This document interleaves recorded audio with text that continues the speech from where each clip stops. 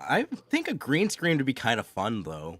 Like, could you imagine, like, if you use that, say, if you were doing a D&D campaign?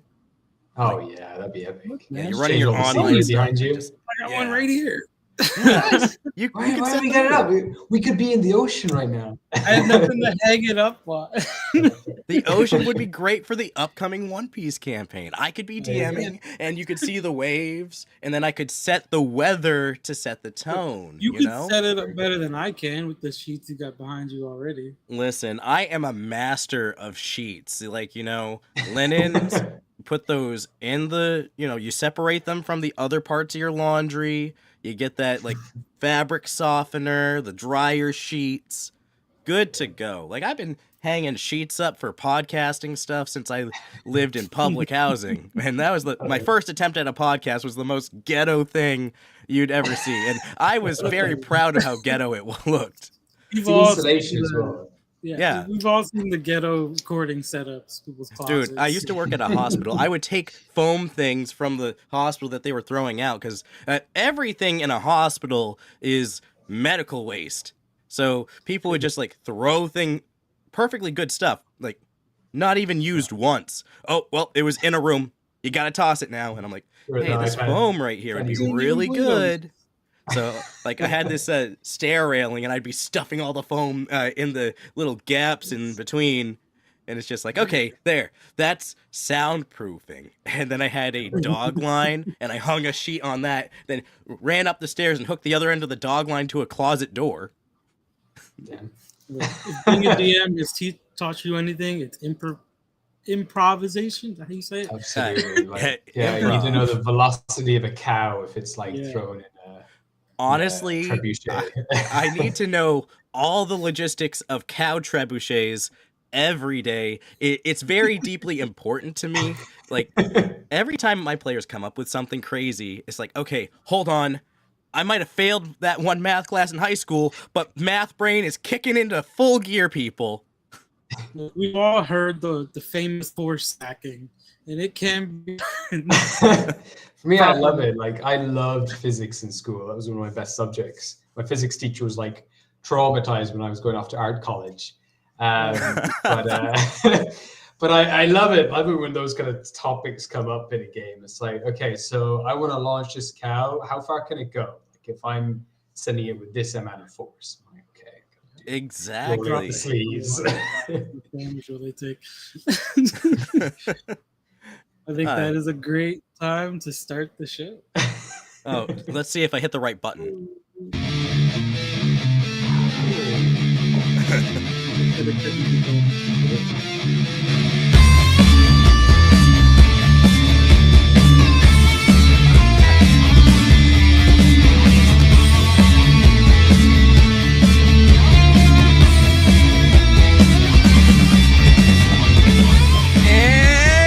Welcome to Dungeons and Talk Shows, the talk show that brings you monsters, news, and physics. I am your host, Orion. And I am your host, Sam. Welcome back to another episode. Happy November, right? Turkey time, right? In some parts of the world, I mean, that is debatable. But, speaking of other parts of the world, we have an amazing guest with us today. I'm sure our listeners were like, "What? Whose beautiful voice is that?" Them tulsa tones. Hello, my name is Gabriel Galway, and I run the YouTube channel The Ugly Goblin. That's me.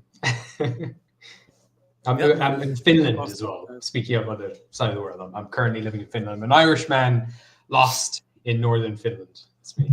That sounds like a plot to an amazing book. What place to get lost in, though?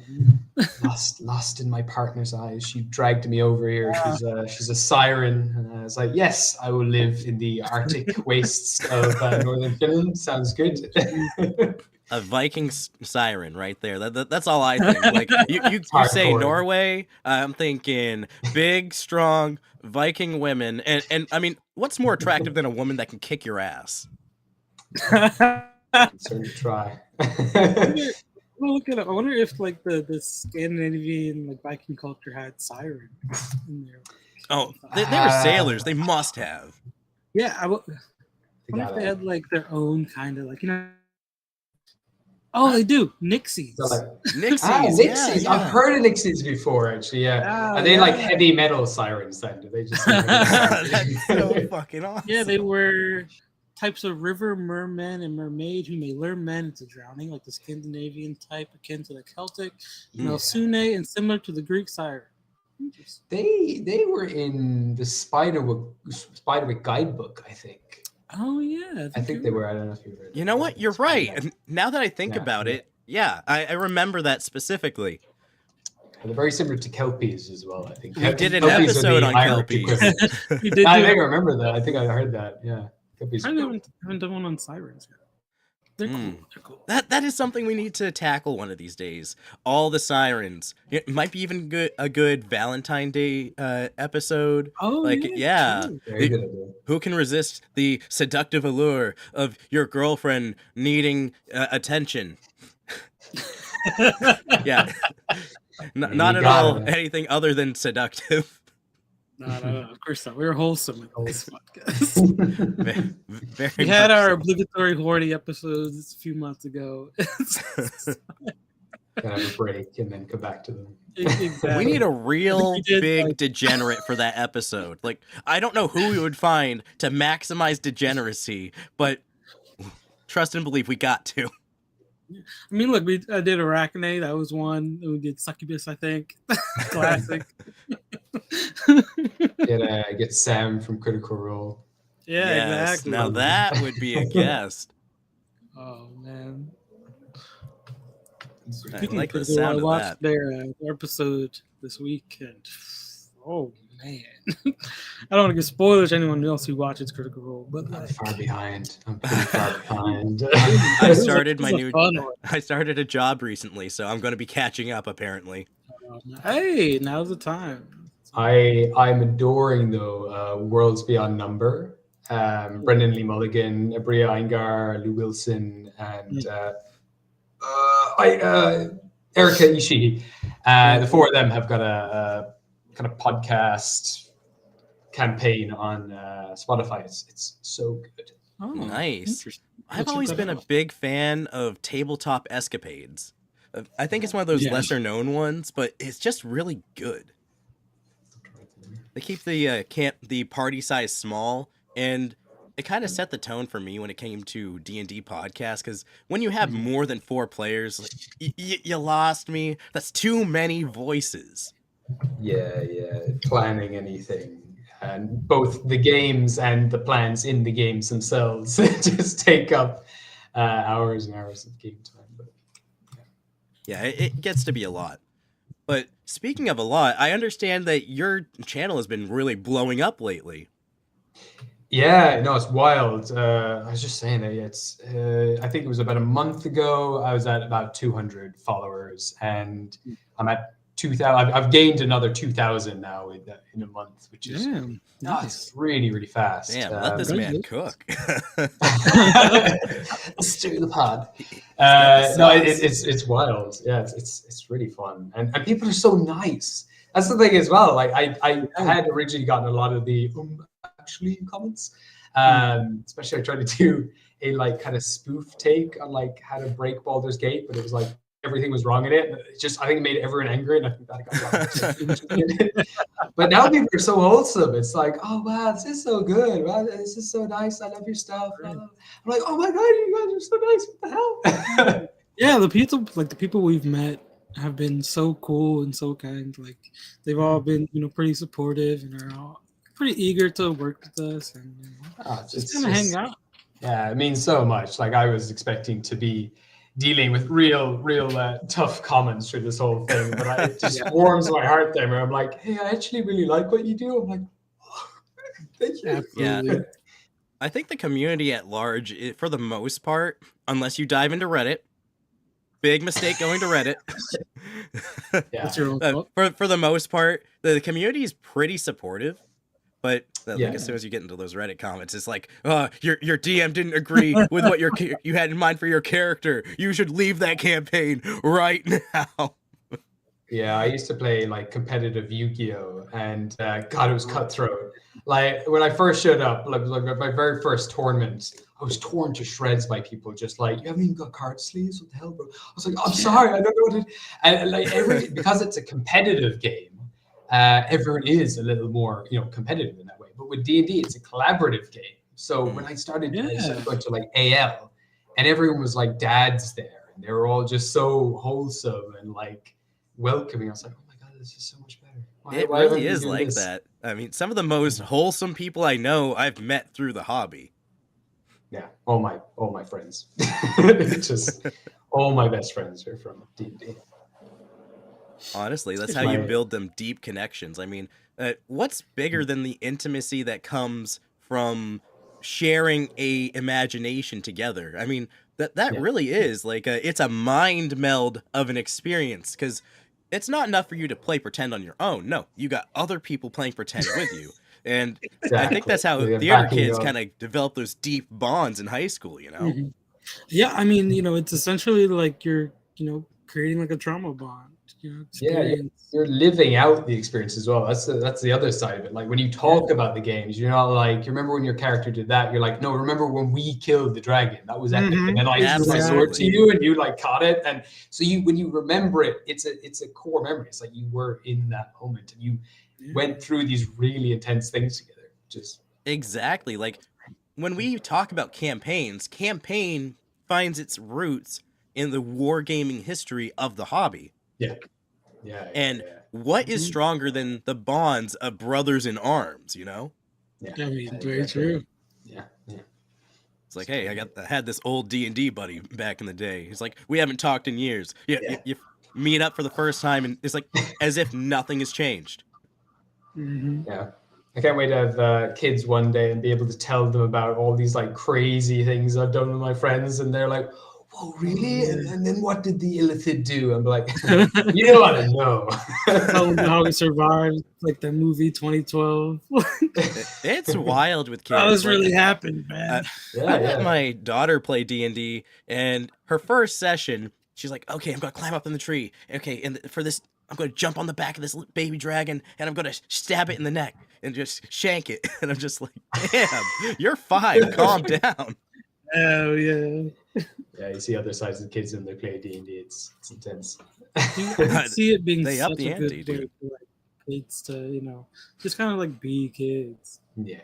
No, it's great. Especially I've like run these days, like everything it seems like is like sucking out the life out of you. Especially for kids, like they're growing up so fast in all the wrong ways. Logical world.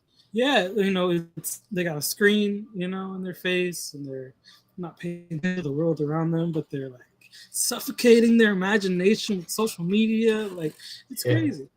Yeah, I was looking at the statistics at one stage. I can't remember when, for the life of me, when these tests were being done. But basically, they were looking for like geniuses. And so they did tests on like young kids, and they found like 98% of these young kids were geniuses. They showed the qualities of geniuses. They did it again like later on, and only something like 50% were geniuses. And then they went to like teenagers. It went all the way down to like 2%. So it went from 98 to 2 after going through school, which is education is important, but also I've heard lots of very intelligent people like Michio Kaku or Adam Savage, I think, who have said things along the lines of school just kind of beats the need to learn and be better out of kids. You know what I mean? Yeah. I mean, people talk about how like school's not a competition, but like it literally is, isn't it? Like the whole idea of like you being in like the gifted programs or being in like AP classes or whatever. And it puts that like natural competitism on people. Pressure, like you have to succeed in this to succeed in everything. Yeah. And like sometimes you just want to go home and like be a dude that fights dragons. Like exactly. Yeah. Absolutely. Thank God we have that. I think that every school would be better if they had just not a table gaming per se program. Like maybe that'd be perfectly fine. I think that there's a lot of benefits that come with card games too.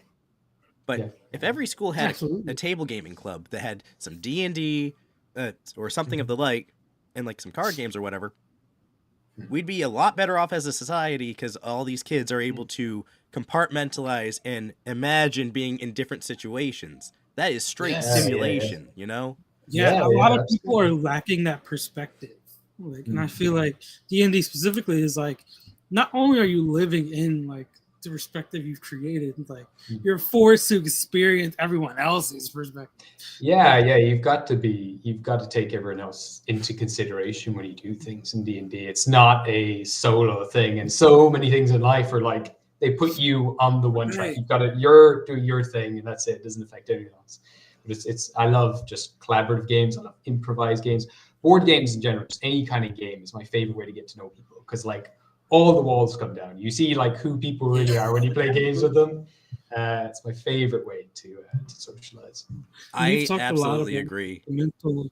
About the mental like health effect that D&D can have on people.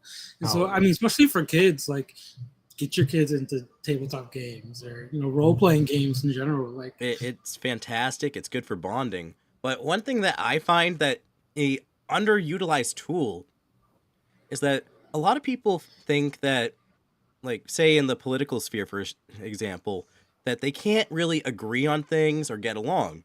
But, like, once you get into, like, a lot of people outsource their opinions and thoughts on things in general. So with D&D, in very much the same way, you can get people to think and rationalize why they think something. And they can do that through their character. So as the DM, all you have to do is ask the questions, and that's intrinsically the role of the DM. Hey, you're in this situation. What do you do? Oh, you're doing that. Why are you doing that? Okay. Maybe an NPC asks a question, and all of a sudden it's on your player that they have to walk themselves through the process. They have to think about why they think the way that they think. And sometimes they find that they don't actually believe what they say they believe. Now, that can be a way of enhancing critical thinking for the person outside of the game. And like, I don't endorse bringing politics to the table whatsoever, but I always endorse growing critical thinking skills. And another thing is like this definitely along the lines of what you're saying is it teaches like emotional intelligence. Being able to work through your emotions and recognize what not just you feel but like your character is feeling. Sometimes it's even easier that way. Yeah, and it's a safe space too, where you can do that, and like you're slightly detached from your character, so you can experience it through them. Like I've found, like I've had characters that I've made, and they've just become absorbed over the years. Like you might have this one character that you want to explore with that character, and you're like you're not sure if you can be like you say you have a confident bard and stuff, and you're not very confident. You get to be confident through them, and over time. You just merge, and then you just find you have that confidence, and it's an amazing tool for that. You just get to attach all these different parts to yourself. It's like a little training area. It's very cool. Yeah, I mean, it's kind of like the classic Christians have the "What would Jesus do?" Or like maybe you want to learn to be financially responsible. You could ask yourself, "What would Hank Hill do?" Like what would insert what would insert character here do in this situation? And that extends to the characters you create. And I've met a few people that have benefited from, I would do things this way, but my character would do this differently. So if you ask yourself, what would your character do? That might very well give you an answer because you're thinking differently entirely because your character has a completely different thought process, typically. Yeah, it's a really cool space. So Sam, what do you got for us this week? All right. So today I thought would be kind of an interesting time to go back into our dragon, discussions. Oh, I missed those. We got Dungeons and Dragons, but not nearly enough of this latter. I think our last one was on purple dragons. So nice. We've kind of been skirting the edges, We've done like drakes, I believe. I think we did one on wyverns. I think. We're kind of skirting the edges. Slowly bringing it in. So I thought, why not go to the roots in the very beginning of the Eo Dracos and the Proto Dragons? Absolutely. Damn, allergies are kicking my ass. So what are Eel Dracos, right? Or what are proto dragons? The Eel Dracos, or the Dawn Dragons in a dead language, was a genus of prehistoric proto dragons. And proto dragons were supposedly the first kind of species of dragons that appeared on, the primordial soup of Toro. You know what I mean? Like during the forming processes and all that kind of shit. Education time. Yeah. I got kind of not a lot, but it's a lot of like. It reminds me a lot of talking about like the evolution theory, and not to bring in like religion stuff, but for the sake of like these evolved, these were the root of all the different kinds of dragons we have now. I love this stuff. I eat this stuff. Think of it like a family tree. It's so cool. Lore is just fun, I love it so much. According to information taken from an incomplete fossil evidence, Eo Dracos were similar in form and appearance to present-age wyverns, with an average length of 35 feet, 10 meters, and 50-foot, 15 meters wingspan. No evidence suggesting Eo Dracos had a stinger on its tail like wyverns. Due to the size of its skull, it was also believed that their brains were smaller than those of wyverns, making them less intelligent than those creatures. And we all know wyverns are basically animals, right? Yeah.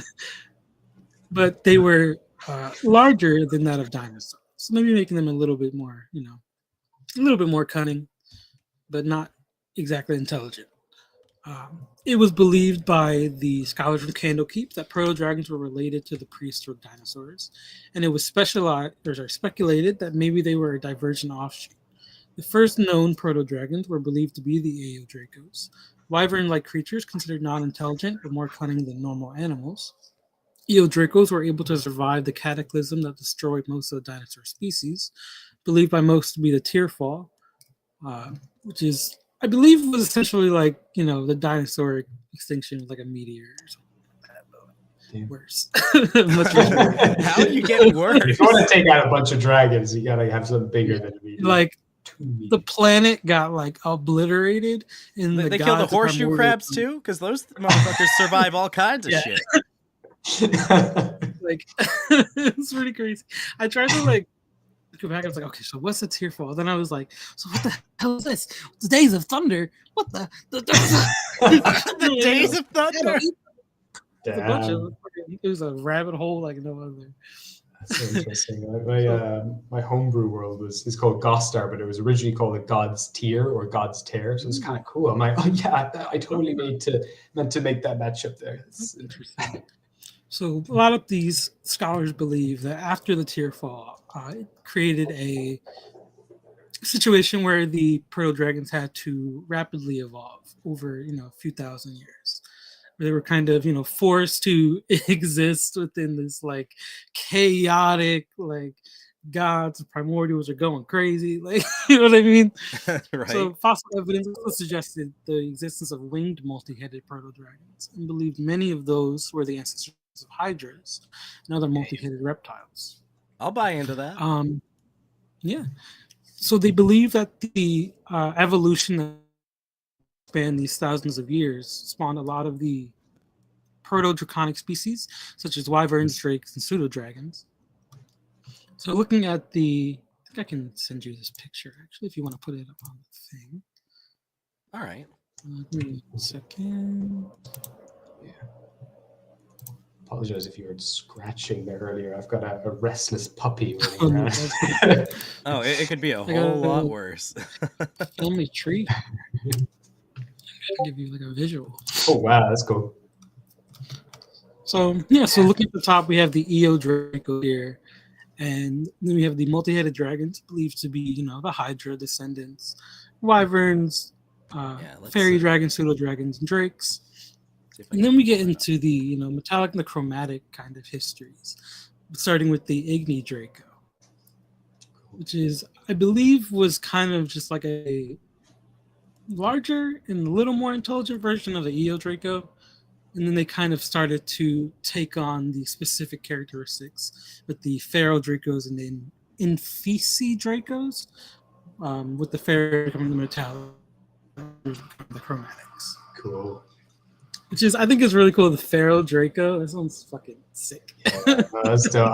The D&D science is just that. I love this kind of stuff. It's like, oh yeah, give me some evolution. Then, they look at it and they're like, well, what about the ones that don't really fit? This is so wide. A normal draconic theme, yeah. And then they're like, what about the Oriental dragons? Were they descendants of Eo Dracos too? So then they're like, well, there must be, some kind of,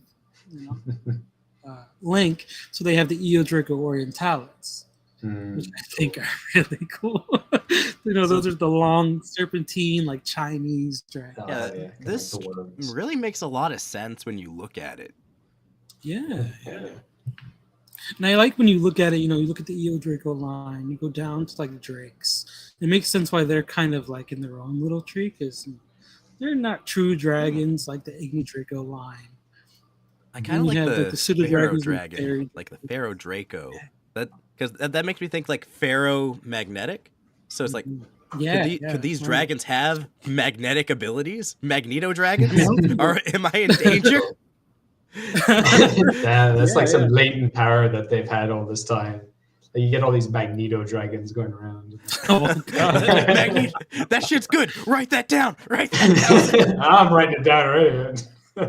So like I said before, due to the harsh climatic changes Toro experienced in the final years of the Days of Thunder, which was essentially the post-Ice Age era, right after this cataclysmic event. Apparently, the Days of Thunder was caused by Dendar the Night Serpent. I think I talked about him a little bit in our Far Realms video or episode. I believe a brief mention, yes. Because there was just so much Dendar to cover was there. was like a whispered one, I believe, one of the old gods who was essentially kind of claimed to be devouring the sun and starting the age of the Shadow Epoch, where the gods and the primordials essentially fought over the land. That must have been a time before sun dragons. Right, so this shit sounds crazy. So we have proto dragons showing up. And then we have, the cataclysmic event that kind of wiped out most of them, forced them to rapidly evolve and create this family tree. And then you have the Days of Thunder after, I guess, from this ice age caused by this god creature eating the sun for some reason.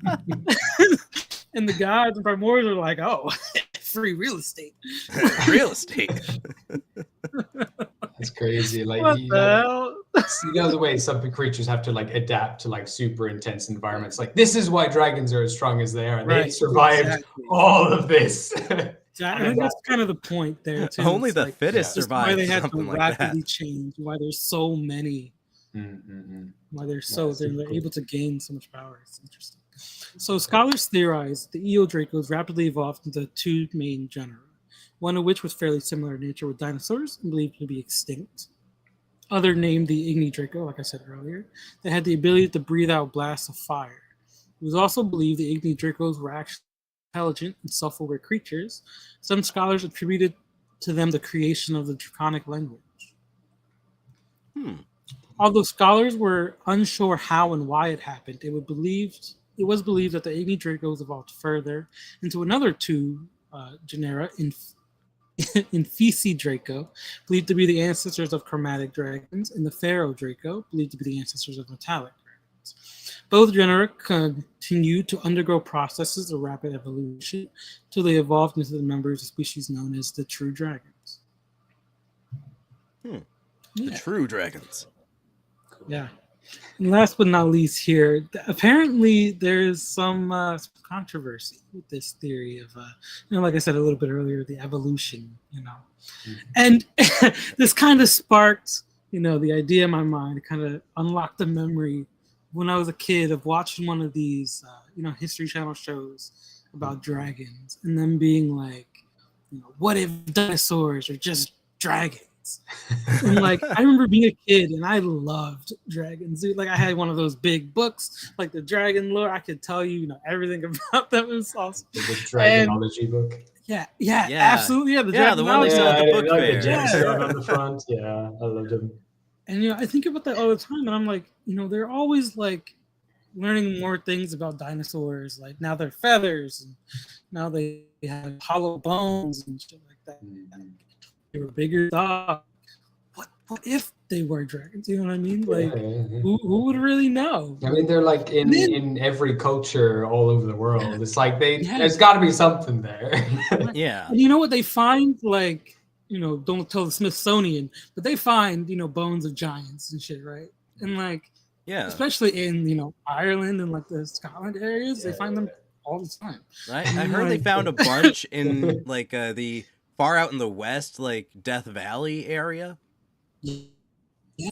And like, these things are like coming to light, and it's gonna be harder and harder to hide it if it is true that like these dinosaurs had giant wings, bro. Like we missed that actually. Arms are actually just the start of like these massive wings. Heads are on backwards. Right. Who knows?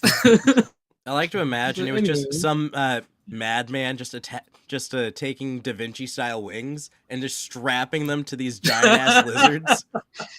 It's like, look out, it's a flying dragon. But they're out here like trying to resurrect them like it's a damn Jurassic Park movie. But what if they like put the bad boy in like an egg, they got the test tubes going, whatever. It hatches. We're like, oh, look at this little velociraptor. Suddenly it's breathing fire and shit. Yeah. They try to do the turkey's barking. That's all. They try to do like Jurassic Park on it, and they don't turn out the dinosaurs at all. They're like, oh god. We saw the skeleton. We didn't realize that the rest of it was actually made out of something else entirely. What do you mean that the wings don't have cartilage or bone? It's all muscle. That makes me think about like, what if we had the same kind of evolutionary deal? We went through like the primordial soup, the cataclysm of the dinosaurs. Like, what if they were forced to rapidly evolve and like gain the ability to like live within the earth, and then like the hollow earth theory starts going crazy? You know what I mean? Dude, I don't know if I believe in hollow earth, but I desperately want to, because it just sounds so cool. Anyway, very cool. As a group of these theories came to be known, it wasn't widely accepted by most scholars. Experts in draconic creatures, prominent among them who were shunned the evolutionist theory, in favor for the simple but most widely accepted explanation of the gods as the creators of mortal races. Right? They think they're shunning evolution in D&D. Yeah, they think dragons came from somewhere else. They were created by the gods, blah, blah, blah. The popular theory was to point out that the existence of dragons of similar races to those found in Toro and other places, crystal-spheres, worlds, and even the outer planes. I don't know, man. This counter theory, however, was countered by supporters of the proto-dragon theory by pointing out that not only in Toro, but also in many other worlds, there was enough fossil evidence to prove the existence of the proto-dragon species. The fact that proto-dragon fossils existed in worlds beyond Toro may have existed into the same races of dragons Tortillian proto-dragons did. Torillian, I see. Created more controversy as well. I like the idea of fossils in D&D, because like, imagine you're on an expedition, but the treasure you find is a fucking proto-dragon fossil. Like, how many parties have archaeologists? Yeah, like magic in these like fossils and bones would be really cool. Ooh, ancient magic in ancient fossil bones. Like, talk about like draconic bloodline. You find an ancestor of the draconic like race. That's pretty cool. Like, because D&D has everything. It's got dinosaurs. It's got all of them. It's like, you don't think of putting fossils in there. It's like, oh yeah, there's even cooler things that used to exist. Hey, it's fucking big ass Leviathan skeleton. Like, dude, wait a minute. That's a great big bad kind of thing. Everyone loves liches, but what if the lich was an archaeologist? Oh man, that's so. I'm stealing that. I'm sorry. Really I cool. gotta have an archaeology. Talk about liches like creating like skeletal creatures. What if they just like go find them? Yeah, like, Really and cool. I would imagine that the biggest treasure for a lich, like, they have the party go with a low-class archaeologist, and he goes and into like the depths of a part of the world, like say Chult, for example, and they find this ancient proto-dragon, far more powerful than any modern dragon, died out ages ago, the parent to all these different diverse types of dragons, and it's asking them to bring the fossils back to him. Innocent enough of a request until the lich resurrects it, makes it more powerful, and now the party has to fight it. Oh my god, now not only do you have a resurrected proto-dragon, you have a what possibly could be like a Draco Lich proto-dragon. Yeah. Overpowering the Lich controller. Oh man. Very cool. I'll definitely have it like fuse with it as well, Final Fantasy style, and just have like the torso on top. It just takes the lich is already undead, so he turns it into his phylactery. Damn, that's dope. Transfers that into it, and then it just bursts big power. Like, okay, go ahead, try to destroy my phylactery. It's a screw bases, man. Just do that already, dragon. Right? You just like put their consciousness into like another body. You'd be like, I want to be this dragon. I mean, that's right up there with the lich that decided to make the moon his phylactery. Oh, yeah. What? I was cool. In a previous campaign I ran. I was using a module for Acquisitions Incorporated, and there was a council meeting for a bunch of liches. So I thought it would be fun to just have like liches from all over the world show up there, and they'd have like their own little gimmick. One was the big bad lich from one of the modules. Then another was Vecna. Like everyone knows Vecna. Okay, and then I started making up a couple liches, and one of them was just this asshole that's like, yeah, dude, who is going to blow up the moon? Certainly not me. Not you. What person is going to touch the moon? And it's like, yeah, we get it. He thinks he's cool because his phylactery's the moon. I mean, what a pompous asshole, right? That's amazing. I mean, it'd be like you wake up one day and there's another moon. You're like, wait a minute, what the? Yeah, like, the concept that this guy went up to the moon and then claimed it for himself. And then, okay, if you want to stop him, you have to destroy the moon. Like, he was never actually a threat. He was just this dude chilling out doing his thing. But if he ever became a threat... Just won't go away. That's cool. That's very cool. Especially if you gave him some power over the moon, he could effectively control, to a degree, certain lycanthropes. Oh, yeah. I actually... I don't know if my players will be watching this, but that's the whole premise for my my second campaign that I'm going to be running. Is a group called the... gone from my head now. But yeah, the big group of cults that basically...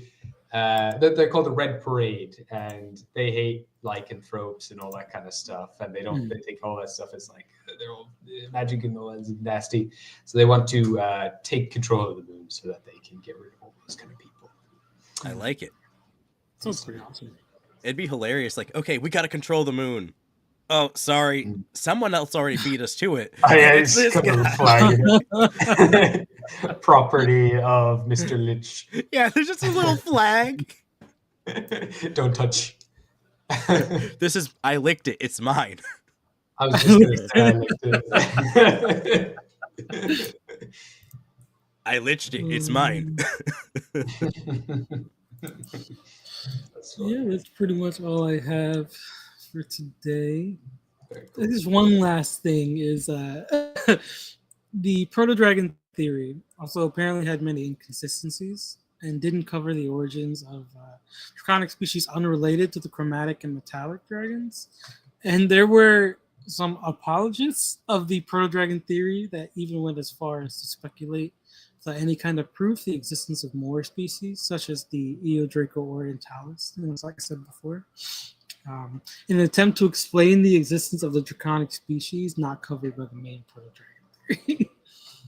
They was like, oh, but there's more, guys. What about these ones? What about Hydras? Actually, no one's considered that. Actually. I've been out here in the back end of nowhere and found all this. Yeah, I was surprised there wasn't, more on these, but like, still pretty interesting. I think it's kind of a good thing that there isn't more on it. Because as a DM, it's like, oh, what? My metagaming players are going to come out and think they know what a proto-dragon stat block should look like? No. Let me just take this dragon stat, this ancient one, and just dial it up a little bit more. Yeah. And then the whole idea that, like, they weren't that smart, but they were, like, big and, like, just stronger wyverns, like, it's kind of like, oof. Yeah. You could tweak that. Yeah. Maybe they give them some like I'm thinking like evolutionarily crazy, like, primordial. Like maybe they had abilities that were kind of bred out, Yeah, like a gravity breath or like something. Like I don't know. Yeah, like it didn't work out. It didn't take. It'd be cool if they're like powerful for this like line, yeah. That would be something. Oh, you know what would make sense? Because they would kind of force them to like distill, you know what I mean? Over the evolutionary lines and stuff. It's like anything. Like, all the things that survived the Ice Age were just like tiny little weasels and stuff. Yeah. So the dragons are like babies and compared to like what these things were. Ooh. Right. And to think about like an ancient dragon like being like, oh, the Eo Draco ancestors were mighty enough to rival like the gods themselves. Like, oh my god, because you could already do that, bro. Like, yeah. The gods nerfed them. They're like, these guys are getting better out of control now. Usually, like a lot of the gods had to release a new patch. This is better. Even into like the dragons' belief, like what they believe their history is, they think they're like world conquering. The Eo Dracos came here because they wanted it, type of deal. Like that's cool. I want Tier Zoo to do something on that. Yeah. If Cortez was a dragon. I love that. That's great. Oh man. I love how like that could play into the whole pride of dragons too. They're like, the gods feared us so much they destroyed the world. Like, yeah, they turned us into what's basically puppies now. Yeah, they tried to domesticate us. Yeah, like, dude, the concept that, I mean, thousands of years ago, we had like big wolves, like actual threat wolves, and that now fire wolves and shit. Yeah, now everything's just straight nerfed down to Chihuahua and Pug. Like, a pug has so many health issues, it shouldn't exist. It was bred into being what it is.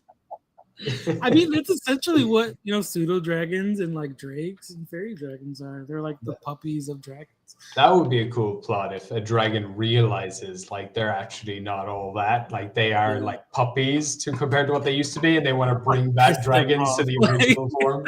A dragon with humility and introspection that wants to return to nature. Yeah, that'd be cool. It would be wild and huge again. Yeah, you see, everyone knows that like, one guy that's all like return to monkey, but once the dragon gets that mentality. Dragons are already like, we got to be as powerful as we can just because. But if they're like, there was a state where we were like at the pinnacle of our power, like, then they're going to be like, we got to get back there no matter what. Ooh. For a big bad, that'd be amazing. A dragon that wants to bring back the old, and the only way to do that is to do all this convoluted magic shit to bring back the old, breed it with the new, and then, in addition to that... Start a new line? Yes. Not just start a new line, but they would also have to start exponentially larger conflicts that would destroy everything in the process, because nothing breeds strength like conflict. This is a conversation. I'm taking notes. Just watch. Our channel blows up one day, and all the players hate me for making their campaigns too difficult. The DMs everywhere taking notes like, "Fuck you, Orion! Why'd you do this? These dragons are too strong. What have you done? Make dragons great again." And frankly, dragons are weak. I know. Oh my god, I gotta make a Trump dragon now. Oh my god. Trump dragon. Yes. Ultimately, like, this is what I'm trying to achieve with these segments. You know, bring light to these less talked about. Red Dragons 2024. Everyone loves dragons, but like, who would talk about like the granddaddy of dragons? Like, yeah, they're old news. They were washed out. Fake news. The future is now, old man. Dude, what about the godfather of dragons? Who the fuck is the godfather of dragons? You know what I mean? Yeah. Because now I'm thinking about like that explains, and where do dragon turtles fall in this line, right? So like, but also like hydras, you don't really hear much about hydras, and like if their only line or only connection to the Eodracos is like themselves, they're like the purest of all, right? Like, they're like the but they're first bastards. prototype. They're like it's like with Tiamat, like they were making up dragons, and that was the first prototype, and there were like two like them. And they're like, no. I mean, that makes sense why Tiamat is the way they are. They're like so you're saying a proto dragon might have more than one head? I mean, they did find the multi-headed ones, so that I assume they exist or existed, I guess. I think there's too much potential here because holy shit!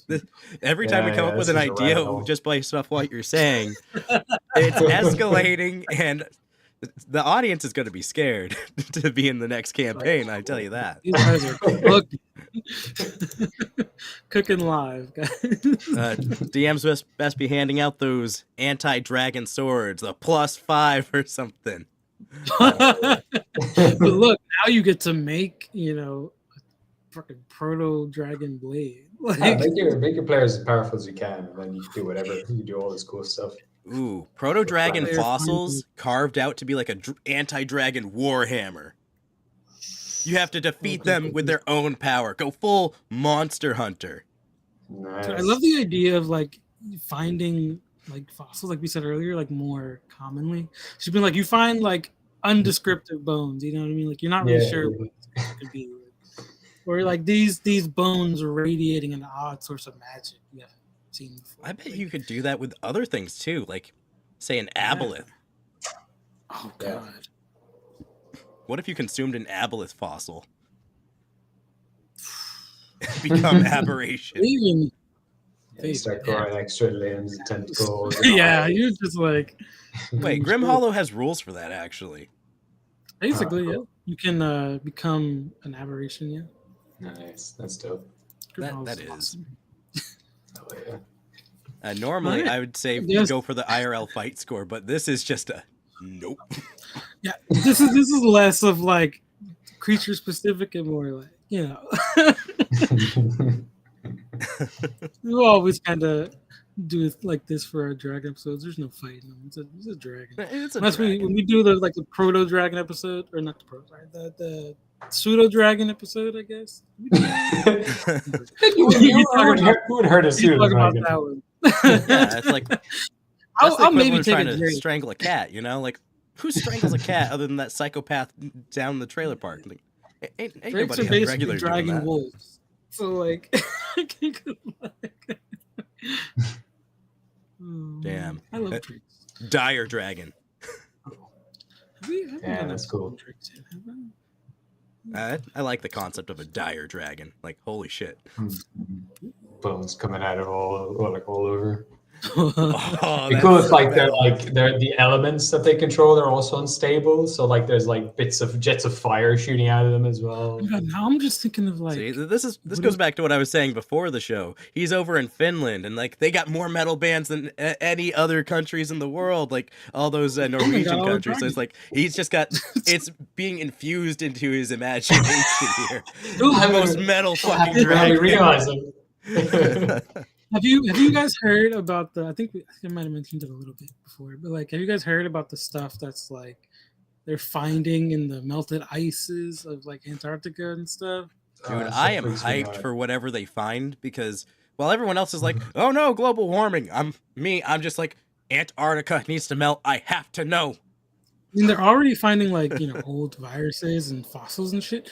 What if they start finding like dragon fossils? There you go. Yes. That's what they all are. Like they all went to Antarctica for some reason. Like, I mean, look, a lot of people believe. Like, I like conspiracies and everything, and I think they're fun to talk about. But like, a lot of people truly believe that the entrance to Hollow Earth is in Antarctica, and that's why they don't let people go there. There's some kind of That's what they're weird looking gravity anomaly in some hole under the ice, and Yeah. I'm hoping that's it. I want to believe, man. Because shit, like all the permafrost is melting, all like the all the ice that was never really meant to melt. That whole continent is about to like awaken to the world again. Like, Scary. it's crazy. Like there could be literally anything under there. Like, what if the fucking giant glacier breaks and just an egg? Just the one egg. It's an egg. In the, I think in like Finnish mythology, the world was birthed when this god came out of an egg, like this giant bird came out of an egg, and like the shell became one thing, and then the bird became another thing. It was like, yeah, that's cool. I love that kind of stuff. I don't know if you're like a fan of Digimon, but like my brain immediately goes to like the Digimon movie, like the giant egg comes out of the sky and it cracks open. Hell yeah. That's such a good movie. Like the soundtrack in that movie. It was like it was busting out that song from Smash Mouth that everyone identifies it as like the Shrek song, but then you got that giant ass Digimon just kind of waving his arms, just dancing along to it. It's like, hey. I love Digimon so much. And that's how I knew it before Shrek came out. Yeah. Hey, man, It's in my playlist. I'll sing it with the kids, you know? I feel like now would be a good minute to take a quick break and go get our drinks, a bathroom break before we get into our news and stuff. Well, I can just dive right in the news. You can go take a piss. I would love to take a bathroom break. I've been downing water. Go right ahead, you two. Take a brief intermission. Listen, you're right.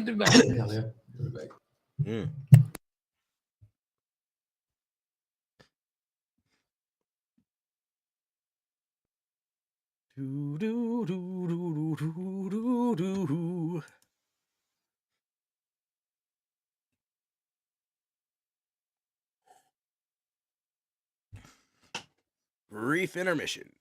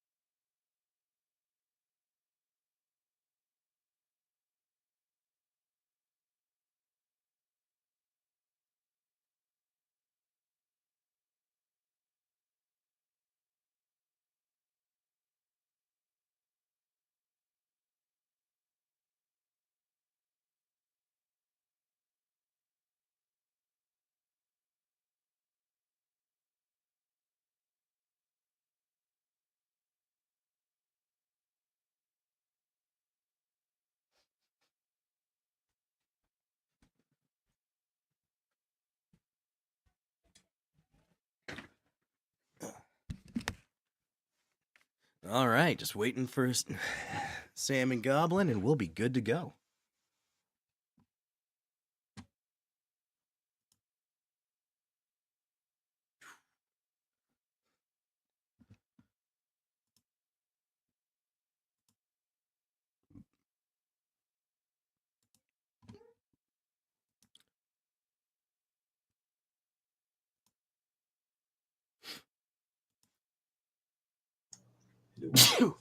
Oh, bless you.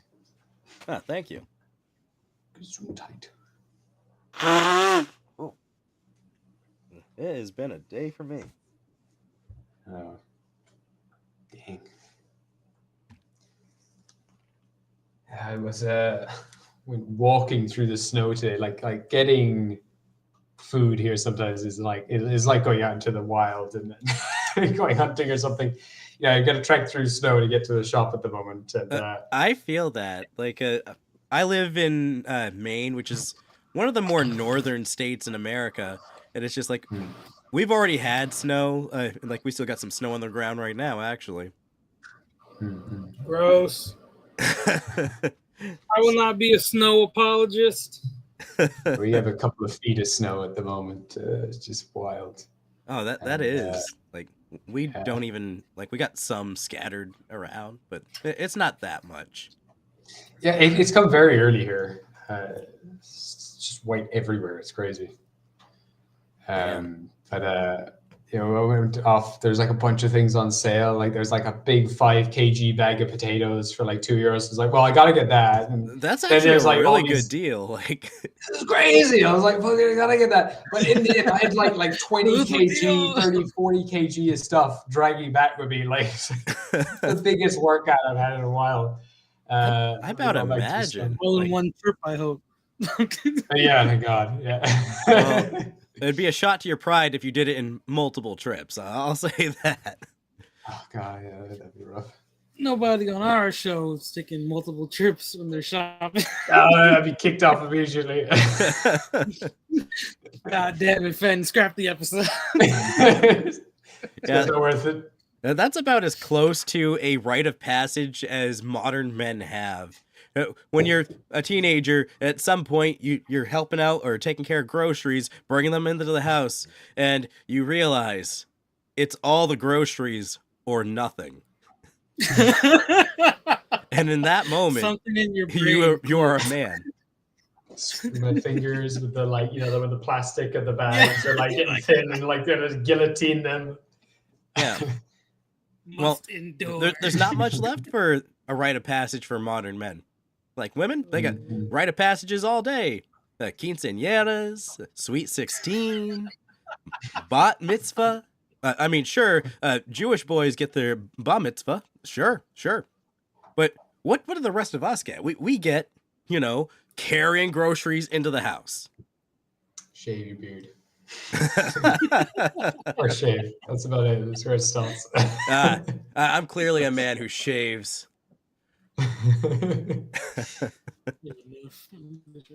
I mow my beard like a lawn.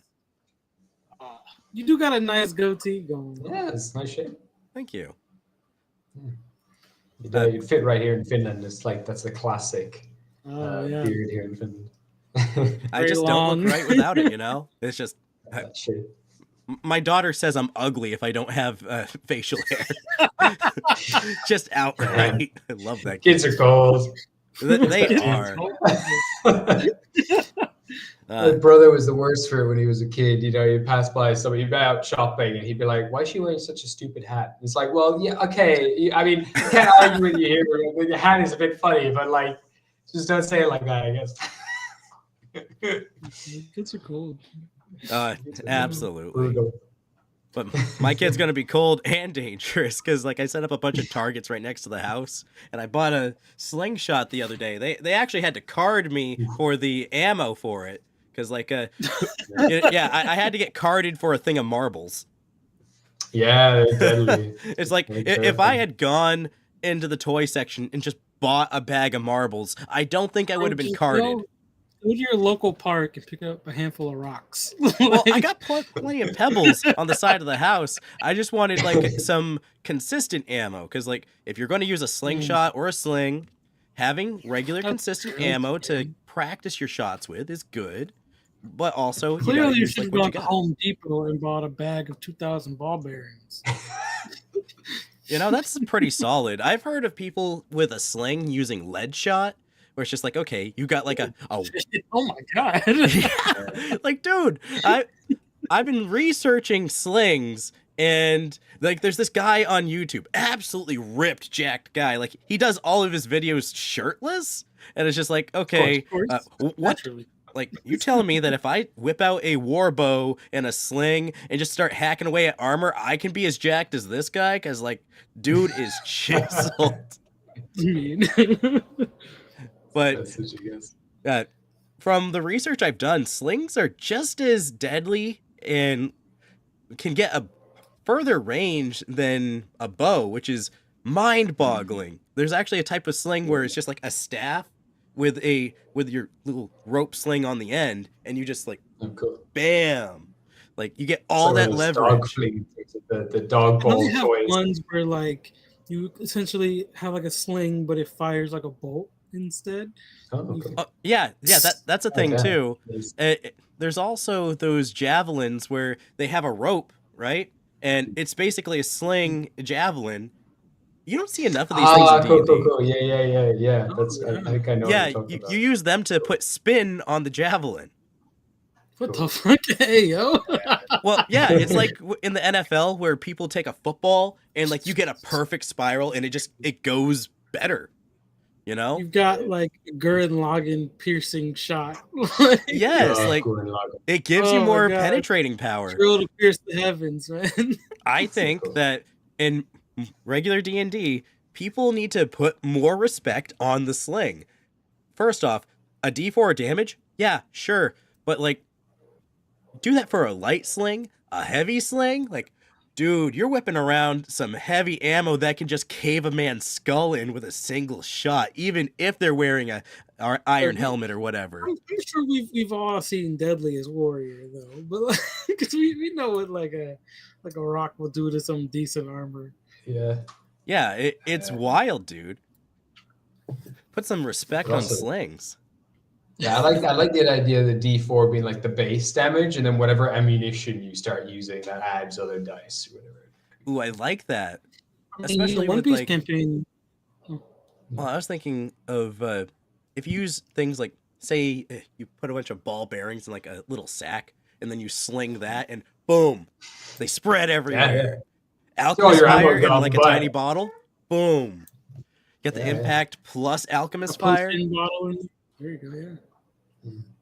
You're going to mention like Usopp or something with the exploding ammo and all that. Well, that's the fun thing. One of our party members for the upcoming campaign, Mika, she's going to be playing the captain, and she's going full Usopp sling build, and I love it. Especially where she's going to be half giant, so she's going to be a big-ass fucking woman with a big-ass fucking sling.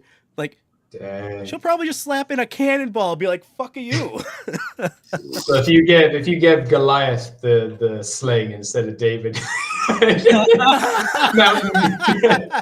fucking it'll be a different battle.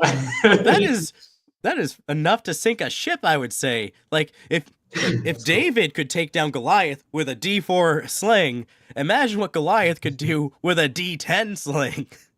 Yeah. He's just like these boulders. Dude, that'd be wild. Because slings, like they add more power to the strength that you're putting into them. So you get a straight Goliath, just bam. That is lethal. That is dangerous.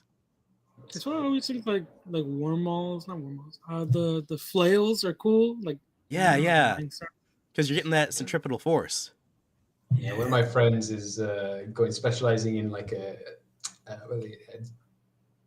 rope dart. Is it? I think they're rope darts. Yeah, they rope have like darts the weight on crazy. the end, and they have the string. Yeah, they're super cool. He's gonna make a monk build with rope darts and have to make some custom weapon for it. But I love rope darts. They're awesome, difficult to use, but damn if they don't look cool. And not to mention, you get like a little taste of that Indiana Jones vibe, you know? Oh yeah, for sure. So cool. All right, Ryan, what you got? Go ahead and hit the news. The news, huh? This week in nerdy news.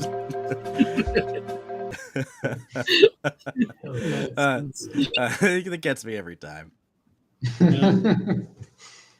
But so far, we do have some interesting things from Dicebreaker this week.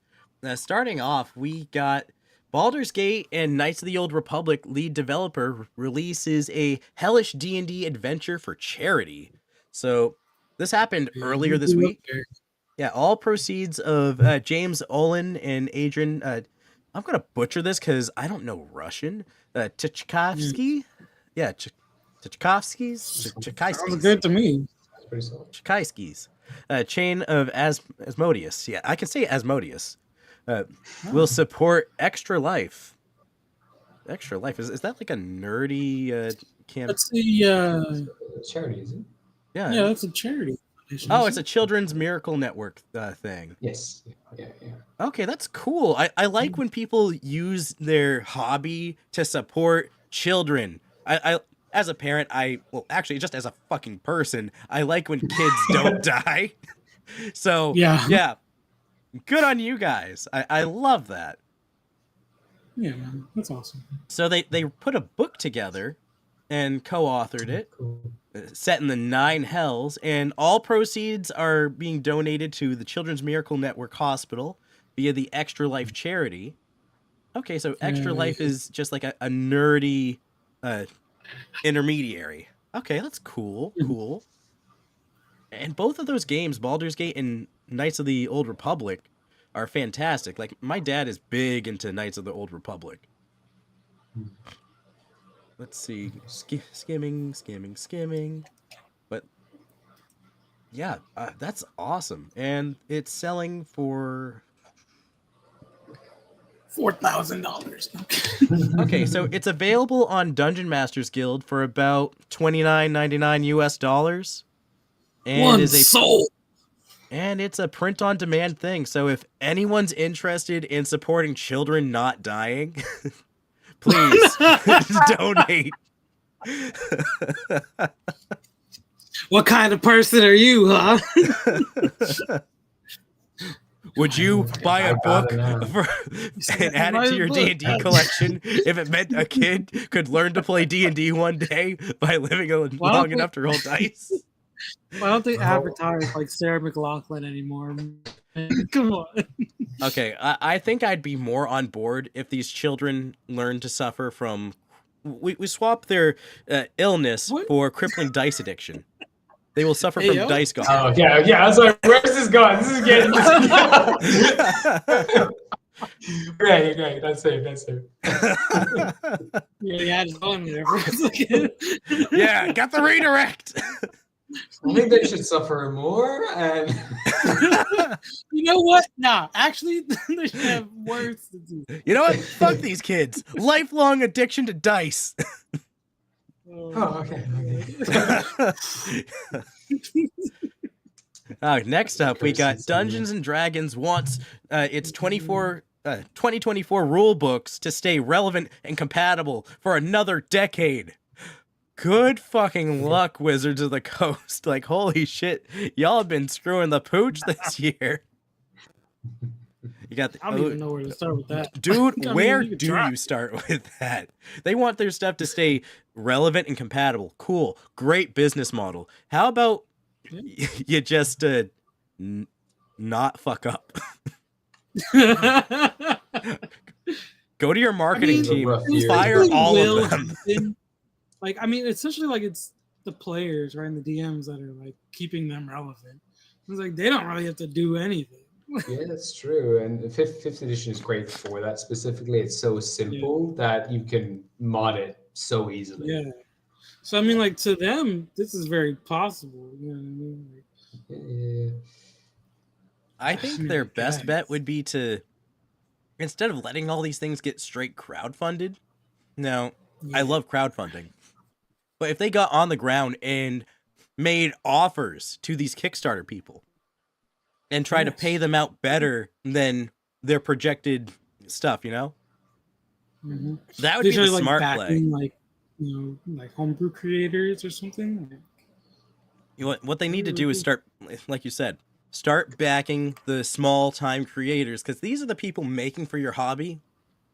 If you want to make money as a company, you got to put the money where it should be going, and that's to the people that are doing the real work.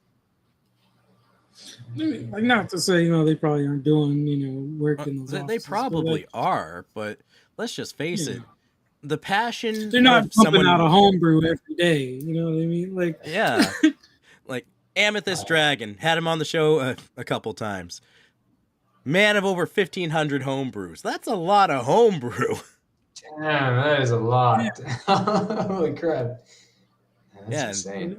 He's a father, too. So it's like... People with such dedication to this hobby and this, community. And they're like, Wizards of the Coast is like, Good luck, guys. Keep it up for 10 years. Dude, they'll be lucky if they can stay relevant. I personally think that they can do it, but they need to get Hasbro off their back. Like, Hasbro has been suffering a lot. Like, even Bank of America has changed their stance on them. They're like, hey, we were, like, saying that people should invest, but now we're just kind of, like, back to neutral. Like, y'all are, like, dropping our expectations. And I think that they could salvage all of this, but it's going to take a lot of community building to rebuild the goodwill that was burned. They might even have to martyr somebody to do it. You know what I mean? Like, maybe make up an entire team of people. Be like, yeah, we fired those guys. They were ruining everything. I mean, yeah, the problem is like the person you need to fire is the person who's above everything. They're above consequences. Don't worry about it. They're like just so high up the shit. Like that's where most of the problems. I don't think the problems are really coming from the actual office that make the actual creative content. I would 100% agree, because it's always the people up top, and the people that are doing good for the community are down here on ground level with us. We're all just content creators making fun stuff. Look, I'm not like a stock guy, I don't really know finances and stuff, but I'm looking at like the Hasbro stock for this past like week, and like... Did it drop again? Okay, where is it, Sam? So I think probably the last time we talked about it was probably last month, right? We said it was around like 40, something like that. Breaking news. Stock prices. So it looks like they're down 7% this week. I think that's big. That sounds big. That is big, right? That is big. So, November 6th, they went from 46.52.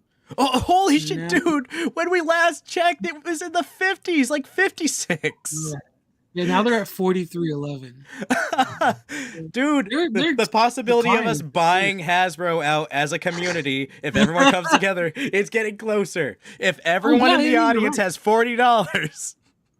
Yeah, looking at the month here. So last month, to say Wednesday, October 11th, was 58.77. They've dropped almost $15, bro.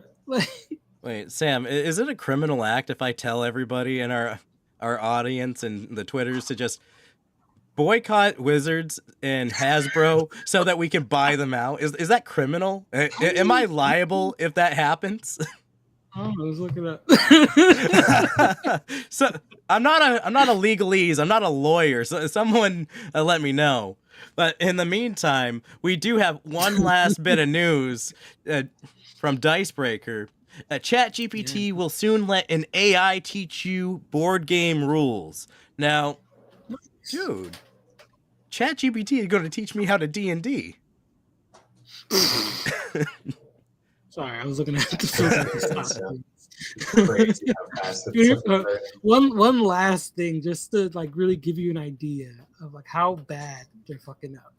Okay. One last tidbit as I love stats. Give me a stat, Sam. So the high for them this year was in September.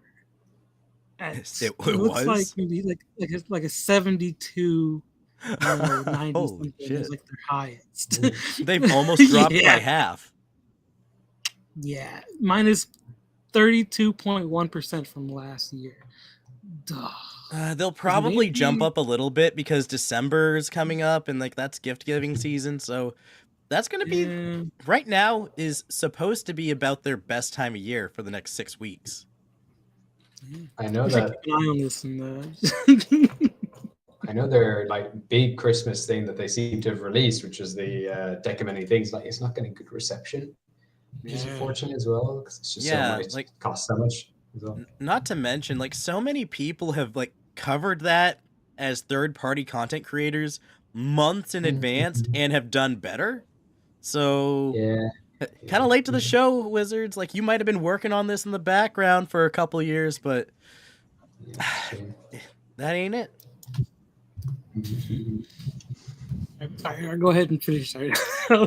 Well, I mean, there's a whole article talking about it, but really the title tells you everything right there. Like, you and I have worked with ChatGPT in our server, because in our Discord server, we have NerdBot. Forrest actually added another one recently, and then we got Paka. And these AIs know a lot about D&D, because D&D is a very structured thing, very well documented across the internet. Sometimes I ask for D&D rulings or stuff. Like, the concept that ChatGPT could be a DM's, kind of backup side DM. Like, sometimes as a new DM, you need to have somebody that can help you with rules and stuff on the fly when you're in a game. And what do you do if everybody else in your party is also new? It's like, okay, ChatGPT. Like, what is XYZ? Just type it in real quick. Like, Sam, how much should a iron sword be? I wouldn't know, you know? Probably like 10 silver. I don't know. Less than a gold, more than a few silver. Yeah, well, what's the damage on a war maul? Like, some people are a little bit more technical and not so laissez-faire about their rulings, which I'm more of a, I'll make shit up. Like, I might not have the answer, but I will make an answer, you know? Yeah, because I mean, it definitely can depend on, like, you know, what town you're in, you know, what kind of economy your world is rocking. Like, yeah, but the thing is, if you're looking for a rule, rather than just simply, oh, hey, what's this thing? And then maybe you look it up on Google. Google has been indispensable for a lot of DMs over the years. It's like, some would say downright useful. Exactly. Well, this takes that to its next logical conclusion. Because an AI is going to be helping you kind of parse through that information way faster. So rather than hold up your campaign for like a minute while you go through like an entire Reddit post, like, does this work this way? You can just be like, hey, ChatGPT. Oh, cool. And then it just generates a response. You just give it a quick glimpse. Okay, cool. The game continues a little bit smoother.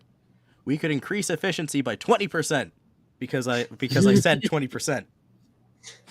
Yeah, sounds good to me. Sounds solid. Yeah. I think that's most things you right. That's the number you use typically for this kind of stuff. Yeah. Those are our numbers. You should look it up with ChatGPT. Don't hold me to it, but that's a stats. It is a stat. But yeah, that covers our I was going to say that covers our AI, but no, that's the news for the week, Sam. Nice. Some fun bits, good little things to look forward to. If we have any people who are into financials, maybe they, got a little bit from our stock conversation. Clearly, we're educated, and I get all my stock advice from GPT, but that's okay because I don't have money to invest in the first place. You know just as much as anybody else. Yeah, that sounds about right.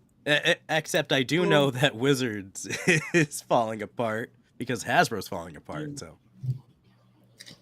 things. You also know a word that I didn't this week. So, why don't you tell us what the rest of it? Yes, for this week's descriptive. Tell the rest of us. Sorry. That's why I really picked up my words for a second. Well, this is more of a term, but than just a word. But it's the Pygmalion effect, also known as the Rosenthal effect. Rosenthal effect, not Rosenthal. Rosenthal. Okay. Sounds like a vitamin. Yes. Well, if psychology was a vitamin, then yes. So this is a phenomenon in which high expectations lead to improved performance in an area where low expectations lead to worse. Okay. Yeah. Now, this could be something that maybe a more intelligent NPC might bring up, like, oh, yes, he's a very Pygmalion type. If you tell this man what the expectations are, then that sets the expectations. And it actually goes a step further. You could really describe Kuatoa in this way, because they effectively function that way and affect reality, creating gods out of nothing through the Pygmalion effect. They're so cool. I love them. That's true. Yeah, okay. You're cooking. Yeah, and it has its roots in some Greek myths about some sculptor that fell in love with his art or whatever. But Right. the main thing is, like, if you expect that you're going to do real well in something, then sometimes that expectation will improve your performance, the same as doing worse. Now, a lot of new DMs struggle with this kind of thing because they have low expectations of themselves. Inversely, some people ending up on r/RPG horror stories because they have too high of an expectation. Okay. I see. I'm looking at some of these these charts that kind of describe it, and Oh, so yeah? I'm looking at this, and yeah, I can go ahead and put this in the chat. Yeah, go right ahead. So yeah, here's probably a good example. This one here. Well, you're always on top of those things. Yeah, I mean, I'm trying to keep myself busy while you're talking. What's that supposed to mean? So I can engage with you. An agent of chaos? So I'm not just sitting here fiddling my thumbs. Yeah. No, I gotta fiddle that beard. You get tracked. You're like, what are you talking about? Oh, yeah, you got like a little graphic here. People's impression about you improves your image, impacts people's perception about you, which influences self-improvement and changes people's impression about you. Okay, so it's a positive or negative feedback loop of making someone become better. And that goes hand in hand with what makes a good D&D campaign. You see, if you let your DM know what they're doing well and what you liked and encourage other members of the party to express their sentiments, that creates a positive feedback loop. It's essentially, creating a character is you creating an image, right? And what you want your impact to be on the people around you. You already have the idea of like how you want to be perceived. Yeah. Like, you don't really get to choose how they perceive, you know what I mean? And then that can influence how your character or how you change as a person, which therefore influences their impressions. Yeah, I feel it. Yeah, it definitely goes both ways. Leads to a cycle of character growth and development. Yeah, and this is a cycle of growth and development that can be applied to both the player and the DM. Absolutely. In short, talk to your players after a game. Like, a lot of people, if you ask them, hey, how was the game? They're like, yeah, it was good. They're good. Well, sometimes if you just give a little bit of honest feedback to your DM, like, hey, I liked this thing that you did. That made me feel real good about the campaign. I do think that you could improve by doing less of other thing. Right. Or ask your players, what was their favorite moment from the campaign? Did they have a moment where like maybe things could have been better? Or, what do you want to see more of? Yeah, what do you want to see more of? And sometimes, like, as a DM, letting your players know, hey, that thing you did, I want to see more of that. And that's actually a mechanic built into 5th edition D&D through the points of inspiration. Because you award those every time that someone does something RP-wise that fits. It works. It's good. I wish you could do more with the point of inspiration or do something else with them. I don't know. Yeah, I mean, like, if someone's going to do something cool, I'm going to try to make it happen as much as possible. Like, and also, give them mechanical benefits. Like, when they're doing something. Like, I had this really lovely rule. Like, if you both roll the same number on initiative, you get to combo your moves. Yeah, and that's something I do. I love it. Yes, it's so much fun. And like there was these two people. One had the ability to kind of like freeze things. They had like a patron who was like all around ice, and the other one was all about water. And so they had a bunch of holy water and stuff, and they could manipulate water. And they're fighting a bunch of vampires. And so they wanted to combo their moves. So one of them shaped the water into like spikes. The other one froze them, and they made these holy water stakes that they pierced the vampires with. And I was like, I want to see more of that. That's dope. So I just had to like do ×4 damage with this spell. I love that. And it's really cool because like when I do that in my campaigns, I want team moves to happen because team moves are awesome. I even worked on some rules for that a while back. I'll probably have to release a PDF or something so that people can try that out. But the main idea for this is just like you said, when people roll the same number, instead of, oh, hey, you go separately. No, you rolled the same. You two are going at the same time. Now, I won't do it the same with enemies because that gets convoluted and weird. But now that you're both going at the same time, there's no time delay in you taking your actions. So everything that you're doing together.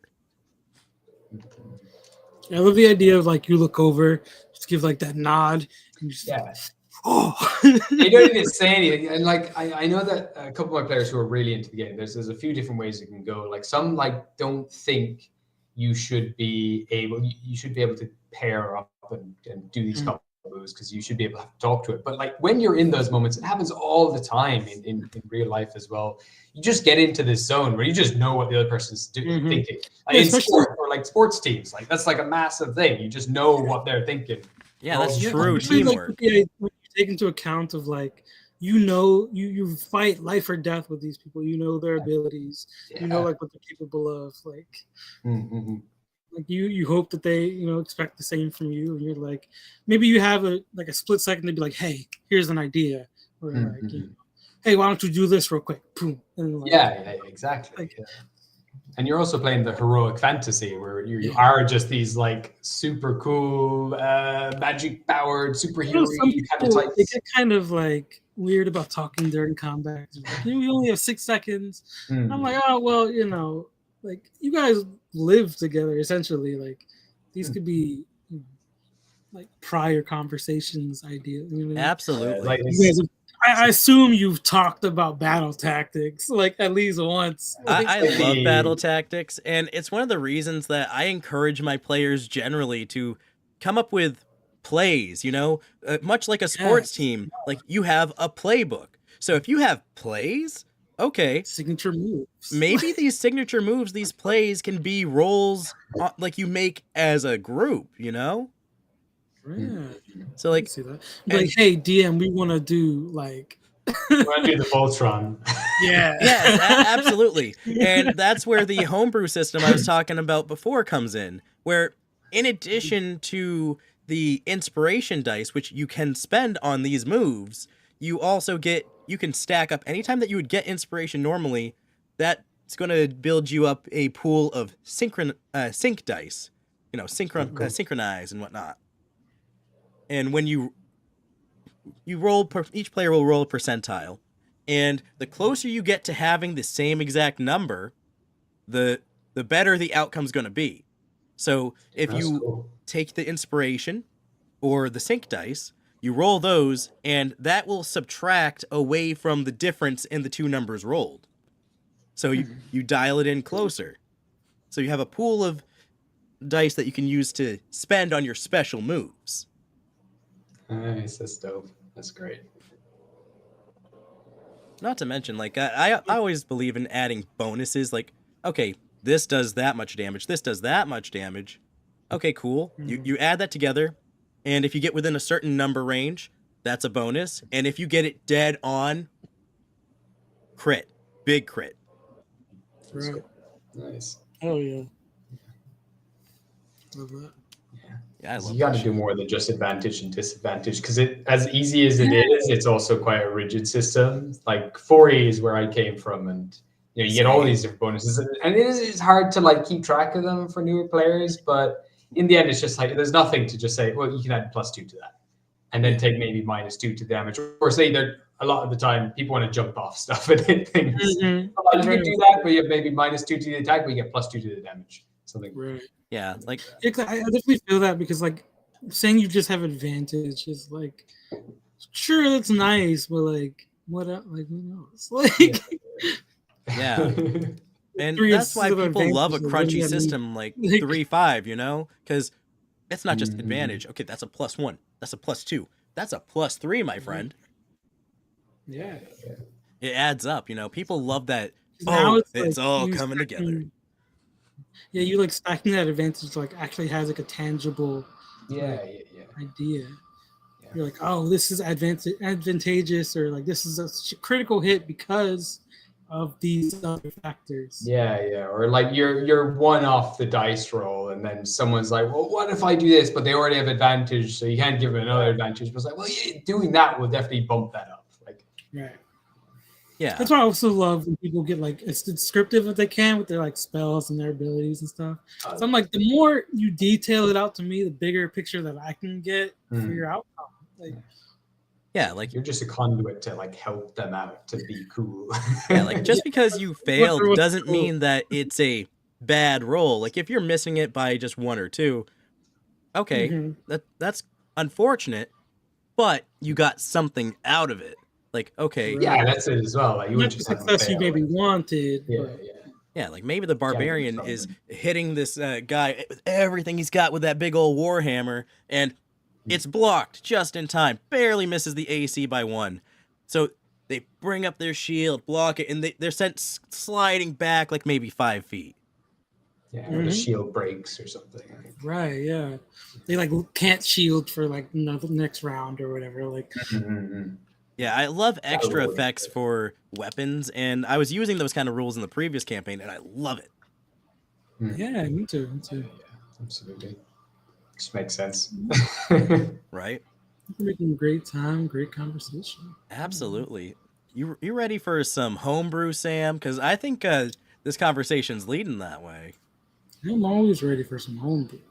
Take us to the generic realm. To the generic realm. Wrong one. Generic realm. Lots of fun. Excellent. It's always fun in the generic realm.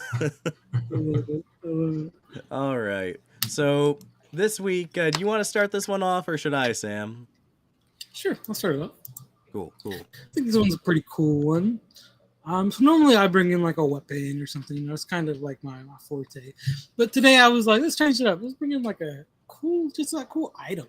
It kind of reminds me of like the mother box from like DC. You know, if you've ever seen like the Cyborg story. I am very familiar with the mother box. Yeah, so like I saw this and I was like immediately like, oh, okay, these are cool.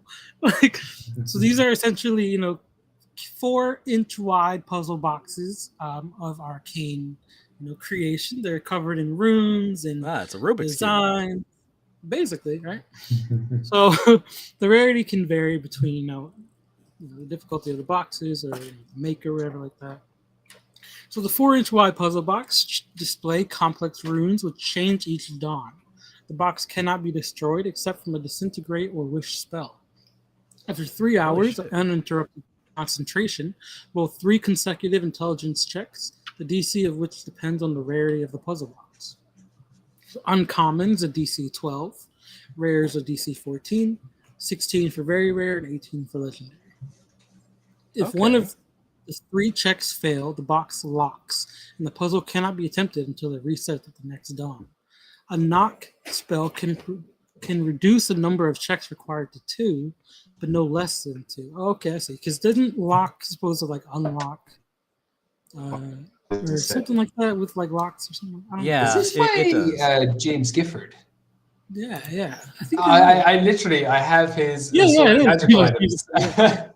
this was number 70, the arcane puzzle box. Yeah, I've used these actually. They're great. Oh yeah, yeah. Really cool.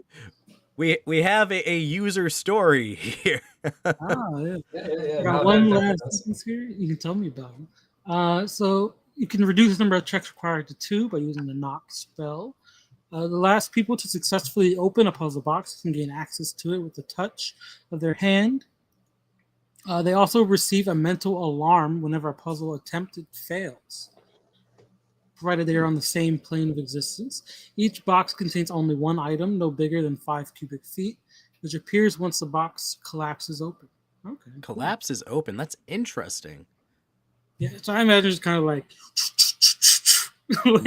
yeah, it like maybe becomes like a small like disc or something. I don't know. I personally, if I was to run these, I would raise the DC by 2 for each tier because I feel like that's a tad low. But it's hard though to get 3 checks in a row, right? That's three consecutive. Oh yeah, intelligence you know what? Yeah, you're right. But pretty tricky. For a Oh, boy. legendary, though, I feel by the time that Mhm. you're attempting something like that, you already have stupidly high stats where you're not rolling low. Right. With something like that, I would add like extra conditions to the locks. Like Maybe like an extra maybe you check need or like something. I don't know. yeah, maybe there's like an elemental attunement required. Like, you gotta give it like a certain spell or something. Like, Yes, a little bit more variety because I feel like these have tons of potential right there. I mean, yeah, this is essentially like you got a box. It's difficult to open magically. Fuck it. You can make it. You can trap it up. Like Yeah, absolutely. But maybe like on the each layer, second there's fail, a it like shocks you or something. Like that's yeah that sets off rigged spells or something every Yeah. layer you unlock. Yes. every like the second fail, like you triggered the alarm. Maybe you made it past. And, like Fireball second detonates. fail, yeah, fucking Yeah. detonates. The third fail, the owner of the box teleports to you. Like Yeah. Or like maybe on a failed check, you take a tiny bit of psychic damage. Then the players are like, Yeah. holy shit, that hurt. oh, then it speaks in your mind when like the final. Oh, that'd It'd be fun though if it's like if you take the psychic damage and your like intelligence goes down, so it's harder to like keep Ooh, opening like it. The more you try it, the dumber you get. Like Yeah. Oh, A that's temporary true. debuff. You don't see enough intelligence debuffs in 5th edition. Like, you'd see that stuff all the time in 3.5. That makes So sense. that'd You know be what, fun. because- Yeah, because they're supposed to be so difficult and like you're like taking all your concentration to do this, Yeah, it would yeah, make yeah. sense to have some mental exhaustion. So I Mhm. mean, shit. Yeah, I like Why that. Or like a mana exhaustion even. Hell yeah. It's Oh, cool. yeah, I like Just that drain spell slots as you open it. Oh yeah, defeated spell slots. Yeah, that's cool. I like it. Maybe shout out to James Gifford. His stuff is great. I've bought so much of his things. I also have a herbalism book by him as well. It's got like all these plants and stuff. It's so good. Ooh, Yeah, he's yeah. great. I like the sound of that. I'm definitely going to have to Definitely add some of that recommend. stuff to the upcoming campaign because that would fit very well in a One Piece setting. For sure. Why am I logged into Orion's Twitter? So, Gabe, do you have a homebrew that you want to show off today? I do. So this is something I used when I first started my like 7-year-long campaign. It was like they play their own characters and then they were like stuck in the Feywild, and they went back to their original world, but then it was like 2,000 years in the future. And so I wanted a cyberpunk setting, like a real grungy cyberpunk I setting. like that. And there's a really cool, there's a whole conversion of 5th edition into what's called 5th Age. That's a whole PDF called the 5th Age. It's Yeah. got like races, classes. It's got expanded skill lists and feats and like really cool like high-tech gadgets. And they got like prototype gadgets. Like that's the magical items in the world. It's super cool. Oh yes, you posted this. Yeah, I like that. I'm looking through some of what you sent me on that. Ooh, more downtime shenanigans, investment and trading and retirement rules. They just recently came up with retirement rules in official D&D after like a decade. Yeah, no, it's very cool stuff. And like my favorite part is like the weapons list. And what I ended up doing with the weapons list as well is I then also, when they're first buying equipment here, they could only get like really cheap stuff. So I added like loads of debuffs to the weapons as well. Like sometimes the guns jam, or like this one is a -1, or this one's sticky for some reason. So it's like, yeah, thing effects. But yeah, there's so many cool art classes. using over here is really cool as well. I like. Yeah, the artwork's amazing. I just love that grungy cyberpunk kind of world. Oh yeah, for sure. I would love to. I always love like this kind of setting too, though I've never gotten to play with it anymore. Yeah, a lot of the buffs, like a lot of the abilities, are pretty strong because you're only meant to go up to like level 10 with this, Right. I think, and it adds like a nice grittiness to the whole thing. But yeah, my players then went from the cyberpunk world. They ended up blowing up this world by accident, and then went I like back how to the you did Feywild. species instead of races. That's interesting. Yeah, it makes so much sense. And they've got like all these different varieties of like humans. So you've got like tube born, and then you've got cyborgs and androids. It kind of this reminds me of Ultra Modern 5th edition. Ah, okay. I'll have to check that out. Yeah, it's you like basically a space? post-apocalyptic world that's set like a few hundred years in the future. Hmm. So you get some of that modern stuff. Like I only played like one session of it, and I made my character like half Asian, half Jew. And then to explain why he knew Hebrew, because like he was a linguist, he knew tons of languages. Like everyone else. Oh, you got the sluggos. Sorry. What? What? Sam? Look at the species and look at the aliens and stuff. Oh, there's so okay, many cool okay. aliens. Oh, There's like cool. greylings or something. Are they called greylings? Yeah, the sluggos. Okay, the sluggos. But yeah, I made this character and it's like, oh, how am I going to explain knowing Hebrew? Because I wanted to add Hebrew because I saw that as one of the language options. I'm like, I guess I'm going to be half Jewish. And like the campaign was taking place in like Russia, China area. Like, I'm half Chinese, half Jew. Here we go. I know like 10 languages, and everyone else is like, no, all right, dude, don't. That's a terrible class playing the face in this world. You're going to get killed. Yes, but my class starts me off with a car. Then we spent like an hour, everybody arguing over how the car is going to work, and ultimately we settled on something akin to the battle shell from Ninja Turtles. Because everyone's like, no, we need this specific thing. Very battle-oriented. I'm like, dude, you have no idea how much a minivan does with those sliding doors. That's fun. Yeah, I think my players ended up having like a giant RV driving through like the wastelands of this world as well when they're in this setting. And they have vehicles here as well. They have loads of vehicles. Yeah, vehicles are so much fun. Like, there's just not enough of them in most settings, and that's one of the reasons that I love settings like, say, the One Piece one, where it's like more boats. Like, you don't get enough boats. Or Eberron, cars are a thing, trains are a thing. So that's still true. Yeah, I feel like that's awesome. It's really cool. Yeah, it's a real juicy thing, and they've updated it throughout the years. Like when we first started using it, it was pretty bare bones. And then, I love that open source kind of stuff. You know what I mean? Because it's just so much, and they're always making it better. Yeah. Hasn't updated in a while, I think, but it's pretty solid as is now. I think. I mean, there's so much there. Years of playtesting, can't be wrong. Yeah, gonna get a lot out of it. It's great. But yeah, that's my homebrew. I'm gonna have to go through some of that because I think a lot of it will work for me. Yeah, I mean, that's just from like what I've scrolled through so far. It's pretty cool. All the alien stuff, and I saw the custom. The way you did that. It's a really good idea. I think you having like a certain amount of points that you could allocate. I like that a lot. That's always fun too. Yeah, I wanted to try to make like a few kind of core races at some point that have that system. We've been making one called the Doomborn, who are like just destined to either bring the end to the world or something else. And you're usually made when you have very powerful parents, like Cthulhu and a dragon had a child, and that's you. And so you get all these different like things that you get. That's really cool. Damn, I like it. That sounds awesome, dude. Okay, so moving into the homebrew I'm bringing in this week. I'm just keeping it simple because everyone wanted to bring in a little something, so I'm going with something a classic. If y'all like Adventure Time, then you might appreciate the Blade of Grass. I just saw that recently. That's so good.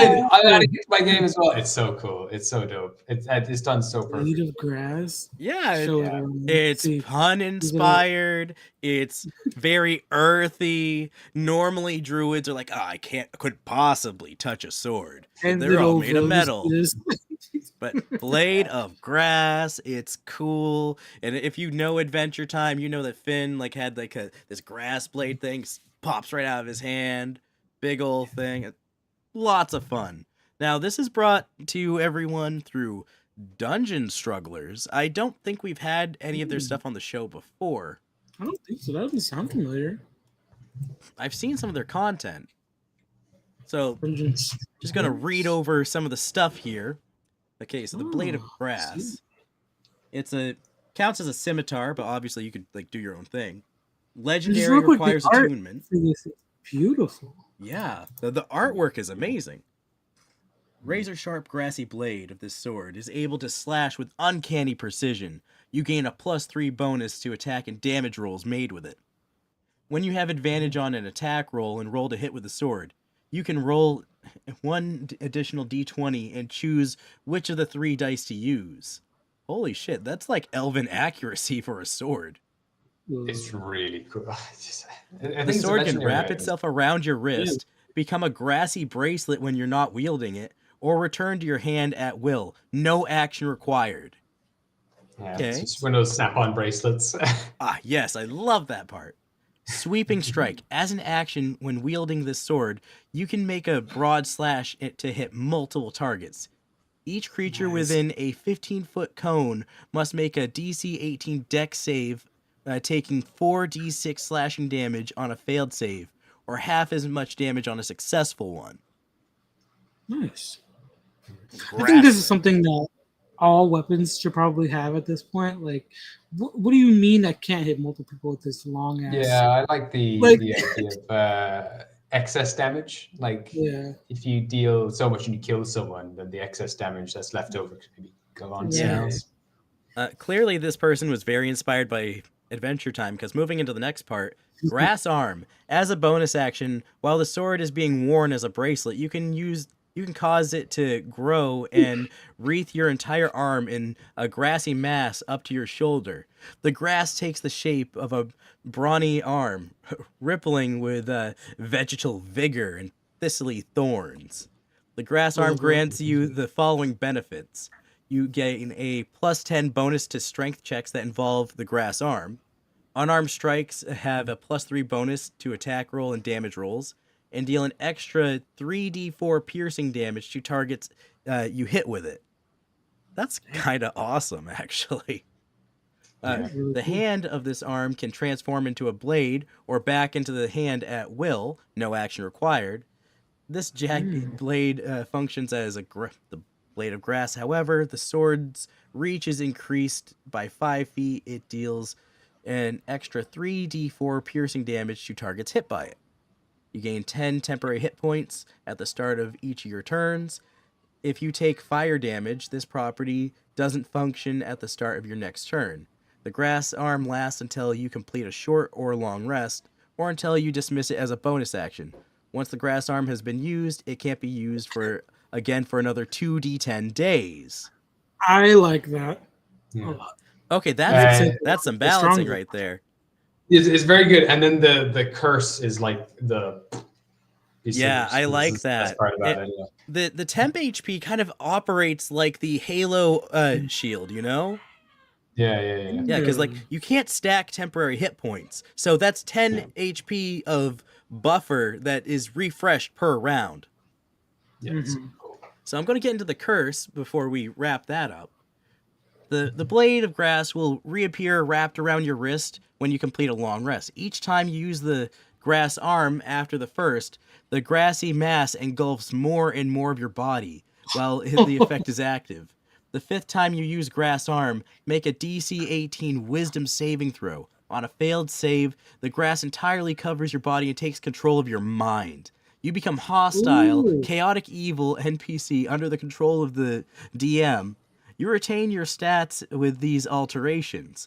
You permanently get the benefit of effects of grass arm, which now applies to all of the limbs.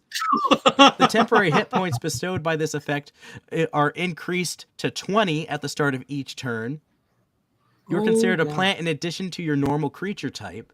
Your strength score becomes 24, and your AC can't be less than 18, regardless of what kind of armor you're wearing. Any creature within 5 feet of you that touches you or hits you with a melee attack takes 2d4 piercing damage.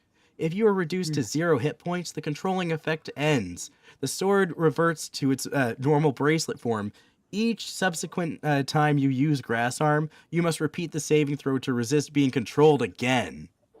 I love that they give it back to you. They're like, they take over your character, you wreak havoc, they knock you out, and you're like, but you can still keep it. You can still keep doing that if you want.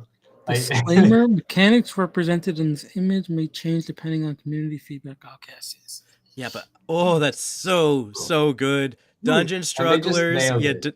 it's perfect. 10 out of 10. I wouldn't change a thing because that curse drawback hits so hard. It's flavorful. It's dramatic. It's got flair. Absolutely, it forces a condition. It forces like a detriment that you have to consider. But then, the weapon is good in its so own. So, Yeah, the weapon in itself is good, but if you need to bust out that extra damage and that protection at the cost of what it could mean for your character. That's very cool.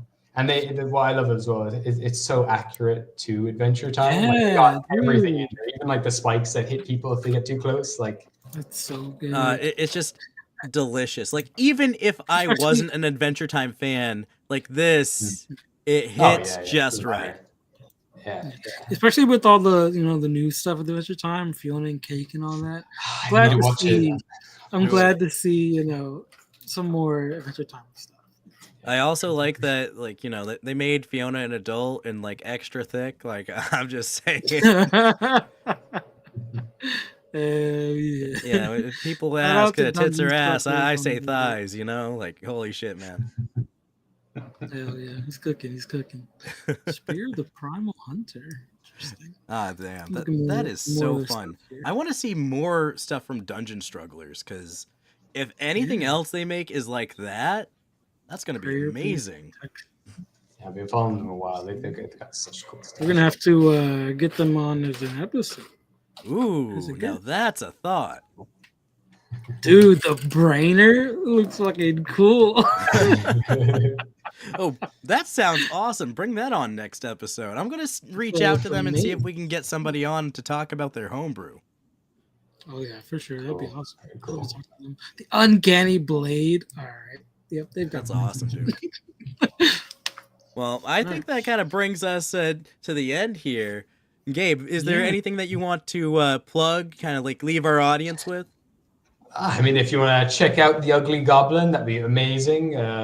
Loads of people joining. It's the cool place to be right now. It is hot. And also, I'm also on Instagram as well. I'm also on Instagram at Cascando Blue. If you're interested in just checking out artwork that I do. But yeah, that's me. Thank you so much for having me. It's been real fun. Thanks for coming. Anybody listening, please check out The Ugly Goblin. Check out his 5th Age PDFs. It's not mine. I can't take credit for it. Check out The 5th Age. Yeah, I did add that to the description while we were talking about that, so that'll be saved on there. So check out the James Griffith. Check out Dungeon Strugglers. Yeah, that's some awesome stuff, and we love some artwork. So I'm looking forward to checking out some more of that. Yeah. And you've been a great guest for the show. You got the vibe. Thank you for listening to Dungeons and Talkshows. Thanks for coming to hang with us. Fun conversation. And if people want more fun conversations from unhinged fellows like me and Sam, you can just join the Discord server. We got lots of crazy shit going on there. And a sassy AI that seems to think that Goku is her waifu. It's very sassy. Oh, wow. Cool. Yeah, Paka is a sassy bitch. We asked her who would win in a fight, a Waffle House employee or Goku. Well, obviously she's going to say Goku because she's stated many times that Goku is her waifu. Oh, I love it. A Waffle House employee.